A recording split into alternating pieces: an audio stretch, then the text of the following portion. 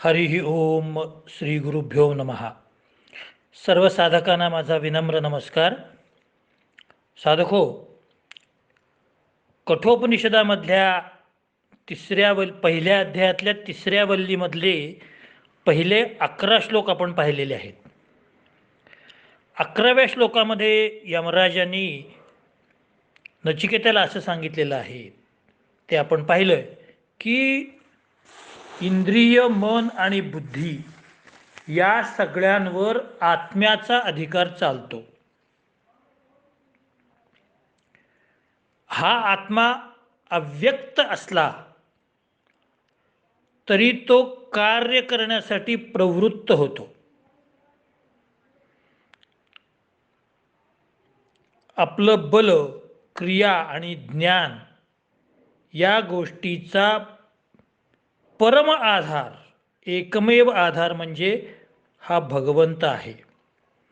आणि ही गोष्ट स्पष्ट करण्यासाठी 12व्या श्लोकामध्ये यमराज म्हणतात, एष सर्वेषु भूतेषु गूढोत्मा न प्रकाशते दृश्यते त्वग्रया बुद्ध्या सूक्ष्मया सूक्ष्मदर्शिभिः.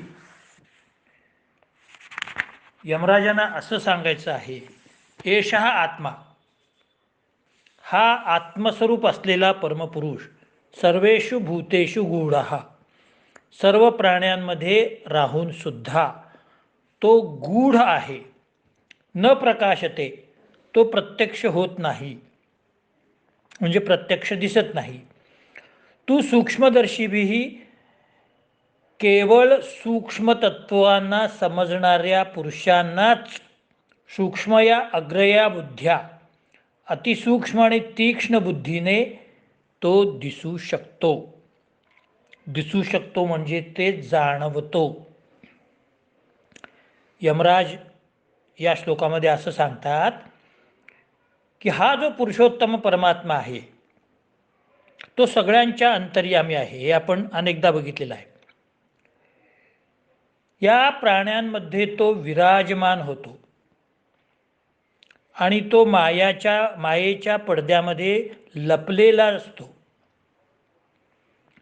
तो दिसत नाही. परंतु जो मनुष्य तीक्ष्ण बुद्धीचा आहे, भगवंताचं नित्य चिंतन करून त्याची बुद्धी सूक्ष्म झालेली आहे, त्याला अंतर्यामी भगवंत दिसतो.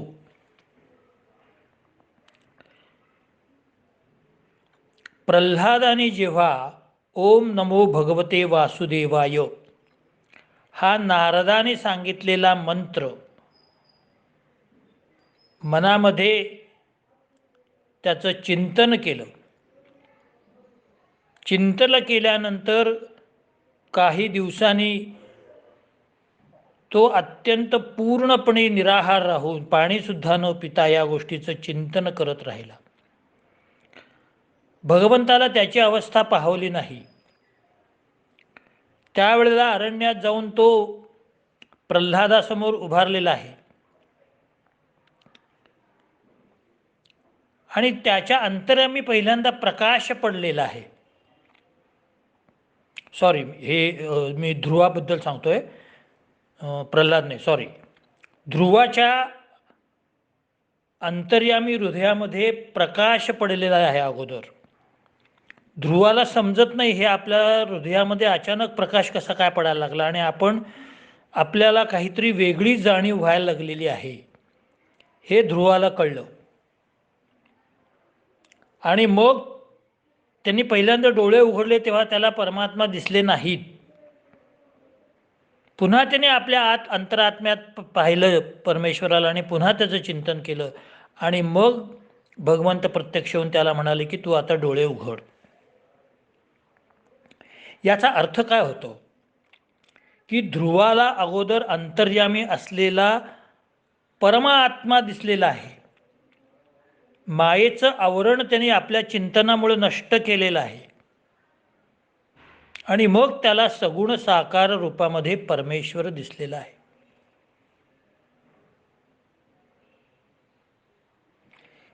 मग ही जी परमेश्वराबद्दलची जिज्ञासा असायला पाहिजे ती जिज्ञासा ठेवून जो विवेकशील मनुष्य आहे तो भगवंताला शरण जातो आणि मग त्याच्या प्राप्तीसाठी साधना कशी करतो हे 13व्या श्लोकात यमराजाने सांगितलेलं आहे. यच्छेदान मनसी प्राज्ञस तच्छेदात्न आत्मनी ज्ञानात्मनाम्नी महती नियच्छेद्यत छेद्यताम.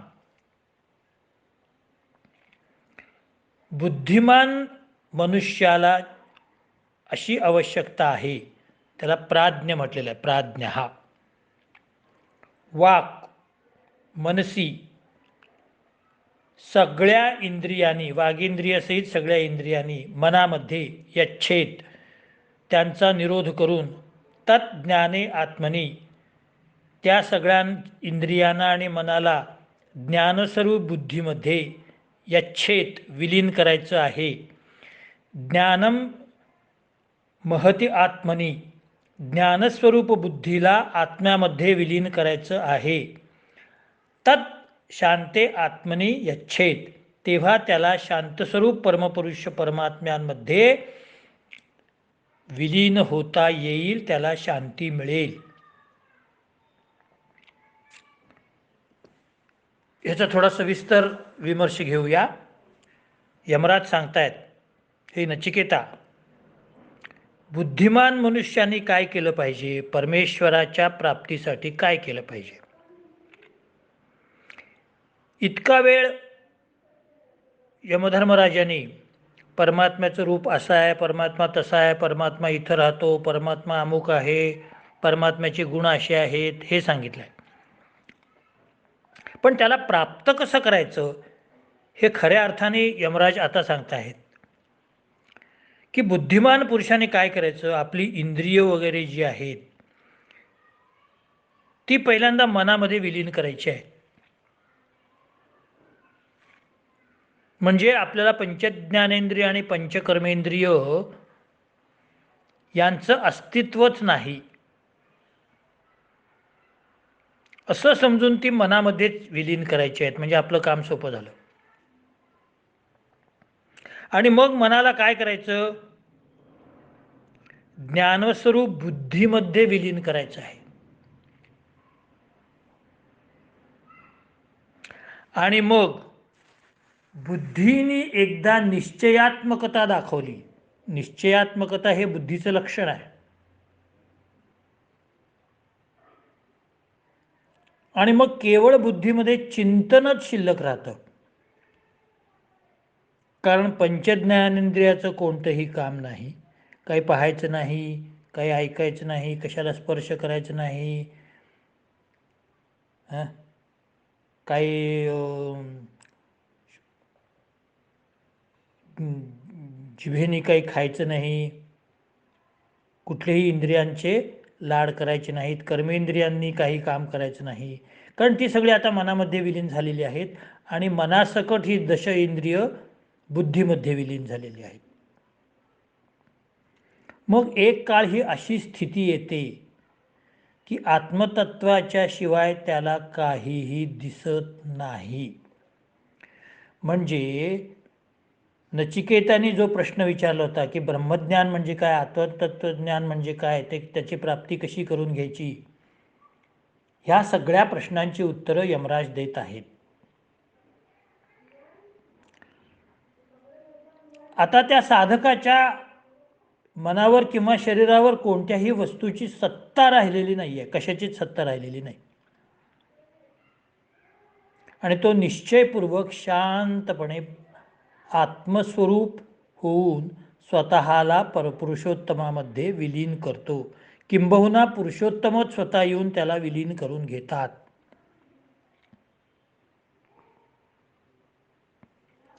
तुम्हाला एक उदाहरण सांगतो व्यवहारातलं, म्हणजे जास्त स्पष्ट होईल. समजा तुमच्याकडं वेगवेगळ्या पतसंस्थांमध्ये, वेगवेगळ्या सहकारी बँकांमध्ये आणि काही नॅशनलाइज्ड बँकेमध्ये सगळीकडं थोडं थोडं थोडं थोडं सेविंग आहेत. कुठे 10,000, कुठं 15,000, कुठं 20,000, कुठं 25,000.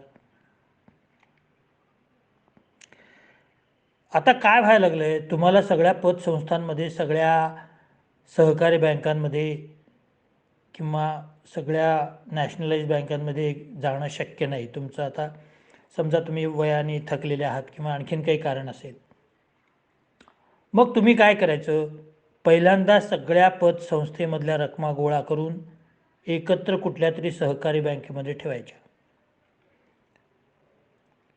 सगळ्या सहकारी बँकेमधल्या रकमा एकत्र येऊन त्याच एका सहकारी बँकेत कुठल्या तरी ठेवायच्या.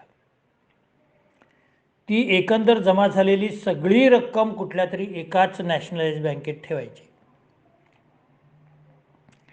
आणि मग त्या रकमेचं तुम्हाला जे एकच, आता बाकीच्या पतसंस्थांशी तुमचं काही देणं घेणं राहिलं नाही, त्यांना त्या पतसंस्थाला तुमच्या अकाउंटचं काही काम राहिलं नाही, त्या सहकारी बँकांना तुमच्या अकाउंटचं काहीही काम राहिलं नाही. म्हणजे आता पतसंस्था म्हणजे कर्मेंद्रिय समजा, सहकारी संस्था म्हणजे ज्ञानेंद्रिय समजा, त्यांना तुमच्या बाबतीत काहीही काम राहिलेलं नाही. आता तुम्ही सगळं त्यांच्या तिथल्या सगळं तुमचे अकाउंट तुम्ही क्लोज करून टाकलेले आहेत. आता काम कोणाला राहिलं, फक्त जी नॅशनलाइज बँक आहे, कुठली तरी एखादी स्टेट बँक असेल, बँक ऑफ इंडिया असेल, कुठली असेल, तर त्या ठिकाणी तुम्ही ते तुमची सगळीच्या सगळीच रक्कम त्या एकाच बँकेत ठेवलेली आहे. आता फक्त त्या एकाच बँकेला तुमचं काम करायचं आहे अकाउंटचं. म्हणजे तुम्ही काय केलं, तुम्ही सगळे पहिल्यांदा पतसंस्था विलीन केली, मग सहकारी बँक विलीन केली, मग दोन्ही मिळून तुम्ही नॅशनलाइज बँकेमध्ये विलीन केलं सगळी रक्कम, आणि मग नॅशनलाइज बँकेमध्ये विलीन केल्यानंतर तुम्ही निश्चिंत राहिलेले आहात. कारण तुम्हाला आता पळापळ नाही ना, या पतसंस्थेत जा, त्या पतसंस्थेत जा, इथं जा, तिथं जा, कुठल्या सहकारी बँकेचं काहीच नाही. फक्त एका नॅशनलाइज बँकेत तिथं गेलात की तुमचं सगळं ट्रान्झॅक्शन एकत्र झाली. हे जसं आहे तसं एकदा परमेश्वराशी अनुरक्त झाल्यानंतर परब्रह्म पुरुषोत्तमाला निश्चयात्मक बुद्धीने त्याच्यामध्ये विलीन झालो की पंचज्ञानेंद्रियाला काहीही काम नाही, पंचकर्मेंद्रियाला काहीही काम नाही, मनाला सुद्धा काहीही काम नाही. आता तुम्ही काय विचाराल की मग ज्या काही नैसर्गिक अवस्था निर्माण होतात त्यांचं काय, तुम्हाला वॉशरूमला जायचं आहे, तुम्हाला इकडं जायचं आहे, तिकडं जायचं आहे, पोटाला काहीतरी खायला पाहिजे, त्याचं उत्तर असं आहे की पूर्वीच्या काळी जे ऋषीमुनी होते त्यांच्या अंगावर वारुळं वाढत होती. ते एका जागी चिंतनामध्ये एवढे मग्न असायचे, त्यांना काहीही होत नसे, निराहार राहायचे, कुठला नैसर्गिक कॉल नाही, कुठं बाथरूमला जायचं नाही, काही नाही, जेवण नाही, खाण नाही, पाणी नाही, काही नाही, काही नाही. कारण जेव्हा आपल्याला एकदा भगवंत स्वतःमध्ये विलीन करून घेतो तेव्हा कोणत्याही प्रकारच्या संवेदना होतच नाही.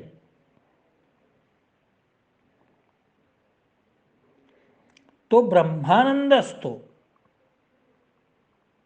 तिथं आपोआप सगळं मिळत जातं, आपोआप इंद्रिय कार्य करत राहतात, आपोआप पंचज्ञानेंद्रिय पंचकर्मेंद्रिय काम करत राहतात, मन आपलं आपलं काम करत असतं. त्या आपण विदेह झालेले असतो. विदेह, देहच नसतो आपल्याला, फक्त आत्मस्वरूपाने आपण अस्तित्वात असतो. मग ह्या सगळ्या क्रिया कशाच्या आहेत, देहाच्या आहेत. मग जर आपण विदेह झालेलो आहोत, देहाशिवाय जर आपण राहत आहोत, तर त्या देहाशी आपला संबंध काय. मग देहाला काही होऊ दे, ते बघून घेईल. मग ते कोण बघून घेतं, हा पुन्हा प्रश्न आला. मग तो परमात्मा बघून घेतो त्याचं काय करायचं ते.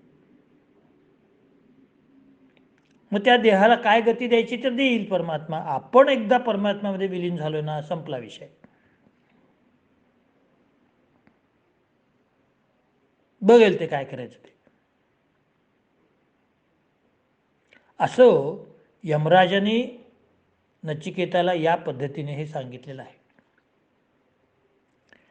पुढच्या 14व्या श्लोकात या भगवंताच्या प्राप्तीचं महत्त्व सांगतायत. उत्तिष्ठत जागृत प्राप्य वरान्निबोधत क्षुरस्य धारा निशिता दुरितया दुर्गम पथकस्तये वदंती.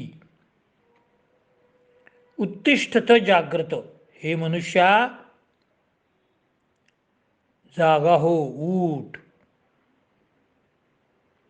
वरान प्राप्य, महापुरुषांची संगत धरून काय कर, निबोधत, परब्रह्मा काय तत्व काय आहे हे जाणून घे.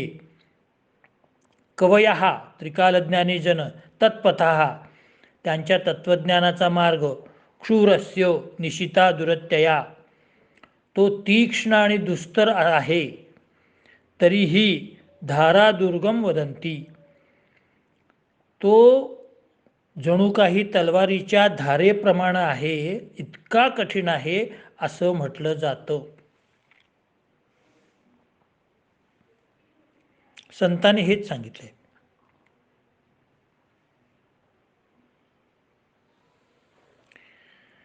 तास वाजे घंटा वाजे, घंटा वाजे घणाना, राम कार्य म्हणाना. आयुष्याचा नाश अंत झाला, राम कार्य म्हणाना, तुकाराम महाराज म्हणतात. हा भगवंताकडे जाण्याचा मार्ग हा अत्यंत कठोर आहे, दुस्तर आहे, दुर्गम आहे, कठीण आहे. पण त्या मार्गाला अनुसरण करण्यासाठी अगोदर मनुष्या तुला जागृत व्हायला पाहिजे, तुला उठायला पाहिजे. उठायला पाहिजे म्हणजे काय? या संसाराच्या लोभामधून तुला बाहेर यायला पाहिजे. एकदा तू बाहेर आलास की मग तू श्रेष्ठ पुरुषांमध्ये मिसळायला पाहिजे. कारण तुला भगवंत काय आहे, परब्रह्मतत्व काय आहे तुला एकदम कळणार नाही. कारण आता तू संसारातून बुडून, तलावात बुडल्याप्रमाणे बुडून तू आत्ता बाहेर आलेला आहेस. तुला आधी कोरडं व्हायला पाहिजे. तू कोरडा कसा होशील? तर संत आणि श्रेष्ठ महापुरुषांच्या रूपी एखादा पंचा घे आणि तुझं अंग पुसून काढ. सगळं लोभाचं पाणी आहे ते पुसून काढ, संसारातलं पाणी आहे ते पुसून काढ आणि कोरडा होऊन बाहेर ये. आणि तू कोरडा होऊन आलास की मग तू लोभहीन झालेला आहेस, लोभापासून दूर आलेला आहेस. मग तुला महापुरुष भगवंताचं ज्ञान देतील, आत्मतत्वज्ञान सांगतील. आणि नुसतं सांगणार नाहीत तर त्या तत्वज्ञानाकडे जाण्याचा, तत्वाकडे जाण्याचा मार्ग सांगतील.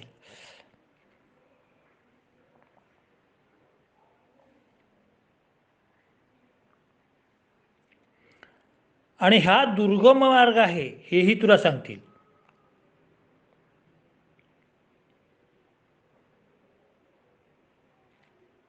आणि मग त्या मार्गाचं अनुसरण तू करायचं आहे.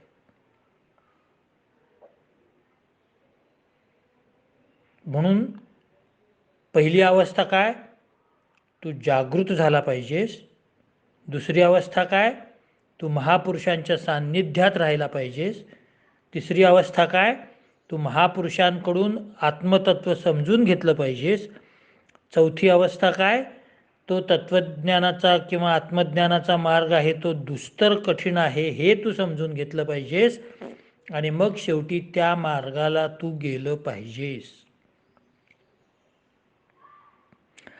आता या ठिकाणी एक प्रश्न निर्माण होतो की हे जे सगळं सांगितलं आहे हे सत्ययुगात सांगितलेलं आहे,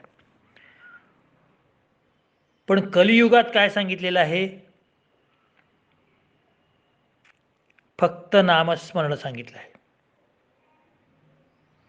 फक्त नामस्मरणाने तुम्हाला भगवंताची प्राप्ती होईल असं सांगितलेलं आहे. त्याला एवढा दुस्तर मार्ग सांगितलेला नाही. कारण कलियुगातल्या लोकांची एकाग्रता, बुद्धिमत्ता हे सगळं परमेश्वराला माहीत आहे. कसं आहे, वर्गामधल्या अत्यंत हुशार विद्यार्थ्याकडनं अपेक्षा असते की त्याला 90% पुढं पडावेत. त्यातल्या त्यात बरं म्हणजे सत्ययुग झालं. त्यातल्या त्यात जरा मध्यम आहे त्याच्याकडनं 70-75% ठीक आहे. त्रेतायुग झालं. द्वापरयुगामध्ये 60-65% ठीक आहे. आणि आता कलियुगामध्ये 40%-45% ठीक आहे. अशा अर्थाने कलियुगामधल्या माणसाला केवळ नामस्मरण सांगितलं आहे. त्याला एवढं धारदार अशा मार्गाला जायची काही गरज नाही. घरात बसून नामस्मरण केलं तरी भगवंताची प्राप्ती होते, हे आपल्याला संतांच्या उदाहरणावरून समजतं.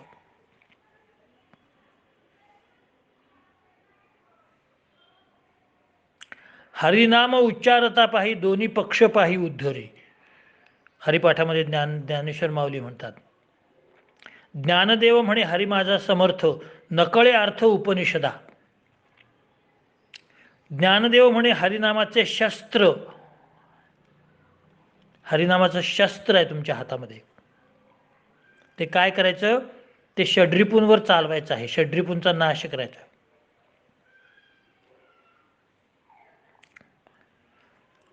म्हणून हरिनाम हेच कलियुगात सांगितलंय. म्हणून संत हे जे महापुरुष कलियुगात आहेत त्यांच्याकडून हे आत्मतत्व शिकायचं आहे आपल्याला. आता ब्रह्मप्राप्तीचा मार्ग एवढा कठोर का आहे हे यमराज सांगतायत. अशब्दम अस्पर्शम अरूपमव्ययम तथा रसम नित्यघनमिच्चयत अनाद्यनंतम महतः परम ध्रुवम निश्चाय तन्मृत मूर्खात प्रमुच्यते.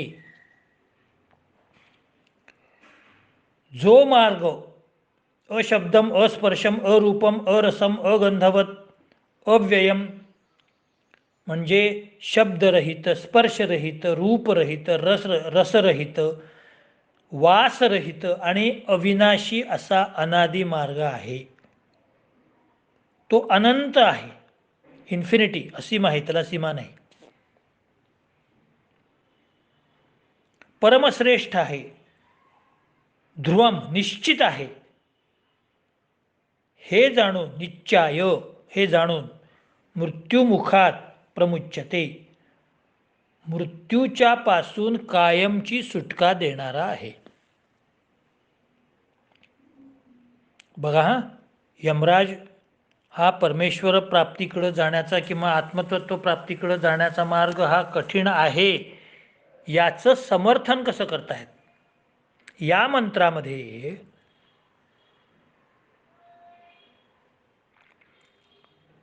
यमराज सांगतायत की परमात्म्याला कोणताही शब्द नाही,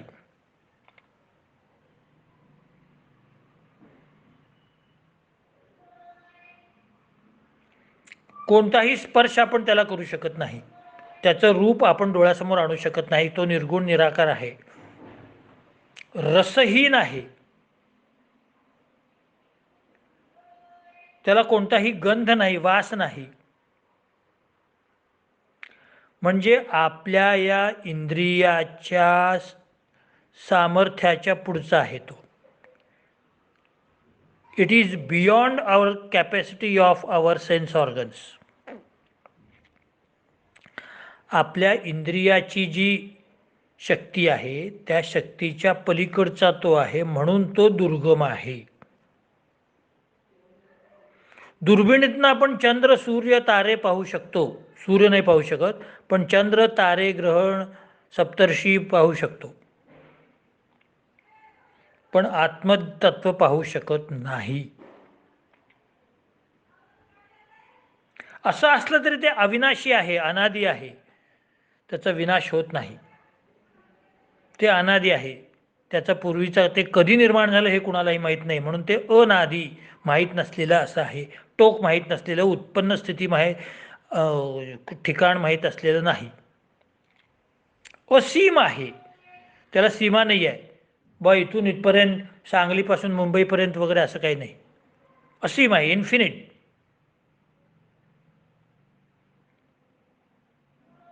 जीवात्म्याहून श्रेष्ठ आहे, सत्य आहे, म्हणजे त्याचं खरोखरी अस्तित्व आहे. आणि हेच जाणणारा मनुष्य जन्ममरणापासून सुटकारा पावतो.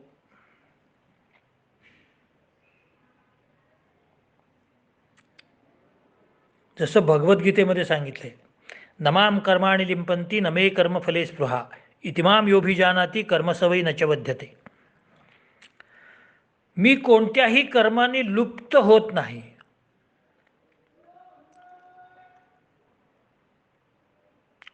आणि कर्माने लुप्त होण्यासाठी मी कुणाला प्रवृत्तही करत नाही. हे जो जाणतो तो मला प्राप्त करून घेऊ शकतो.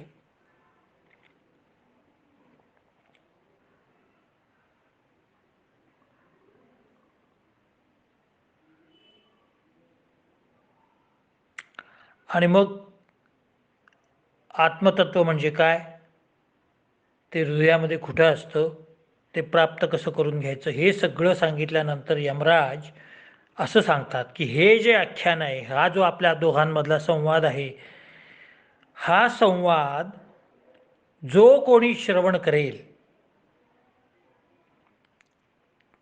त्याला काय प्राप्त होईल किंवा त्याचं महात्म्य काय हे सांगतात. नचिकेतम उपाख्यानम मृत्यो प्रोक्तम सनातनम उक्त्वा श्रुत्वा च मेधावी ब्रह्मलोके महीयते. मेधावी बुद्धिमान मनुष्य, मृत्यूप्रोक्तम यमराजाच्या द्वाराकडे, हे नचिकेता सनातन उपाख्यानम, हा सनातन हे जे उपाख्यान आहे त्याचं वर्णन करणारा, त्याचं श्रवण करणारा ब्रह्मलोकामध्ये प्रतिष्ठित होतो, ब्रह्मलोकामध्ये जातो. म्हणजे ह्या उपनिषदाला किती महत्त्व आहे बघा. यमराजाचा आणि नचिकेताचा हा जो संवाद आहे, हा संवाद नुसता जरी लक्ष देऊन ऐकला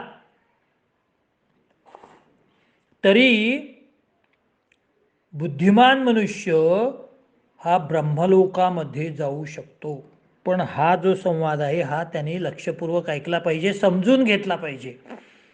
नुसता मोबाईल चालू केला, इकडं ते आवाज येतोय आणि इकडं कुकरची शिट्टी वाजते, इकडं मिक्सर चाललाय, इकडं हे चाललंय, असं नाही. हे उपनिषद अत्यंत शांतपणे एकाग्रपणे ऐकलं पाहिजे. हा संवाद एकाग्रपणे ऐकला पाहिजे, म्हणजे आपल्यालाही ब्रह्मतत्वाचं ज्ञान झाल्याप्रमाणे होतं. कारण हे साक्षात यमराजाने सांगितले, कुणी अशा तशा माणसाने सांगितलेलं नाही आहे, हे लक्षात घ्या. अथॉरिटी असलेल्या माणसाने हे सांगितलेलं आहे की जन्मानंतर काय होतं. ह्या सगळ्या प्रश्नांची उत्तरं नचिकेताला आता मिळालेली आहेत. आत्मा आहे का, आहे. त्याचं पुढं काय होतं तर परब्रह्म ठरवतं. मग परब्रह्म काय, हे असं आहे. ते कुठं असतं, हे तिथं असतं. मग ते प्राप्त कसं करायचं ते सांगितलंय. सगळ्याच प्रश्नांची उत्तरं यमराजाने अगदी व्यवस्थित दिलेली आहेत. आपल्याला फक्त ती शांतपणे ऐकायची आहेत आणि एकाग्रपणाने ऐकायची आहेत. उगीच कुणाशी तरी गप्पा मारताना ऐकायची नाहीत. इकडं स्वयंपाक करायला लागले आणि इकडं लावलंय नाही. इकडं टी व्हीवर सिरियल चालू आहे आणि ब्रेकमध्ये फक्त मी ऐकते, नाही चालत. सुरुवातीपासून शेवटपर्यंत प्रत्येक भाग हा ऐकला पाहिजे. कुणीही सांगितलेलं आहे का, मी सांगितलेलं ऐका असं नाही. हे यमराजाने सांगितलेलं आहे की हा आपला संवाद जो श्रवण करतो, वाचतो, तो ब्रह्मलोकामध्ये प्रतिष्ठित होतो.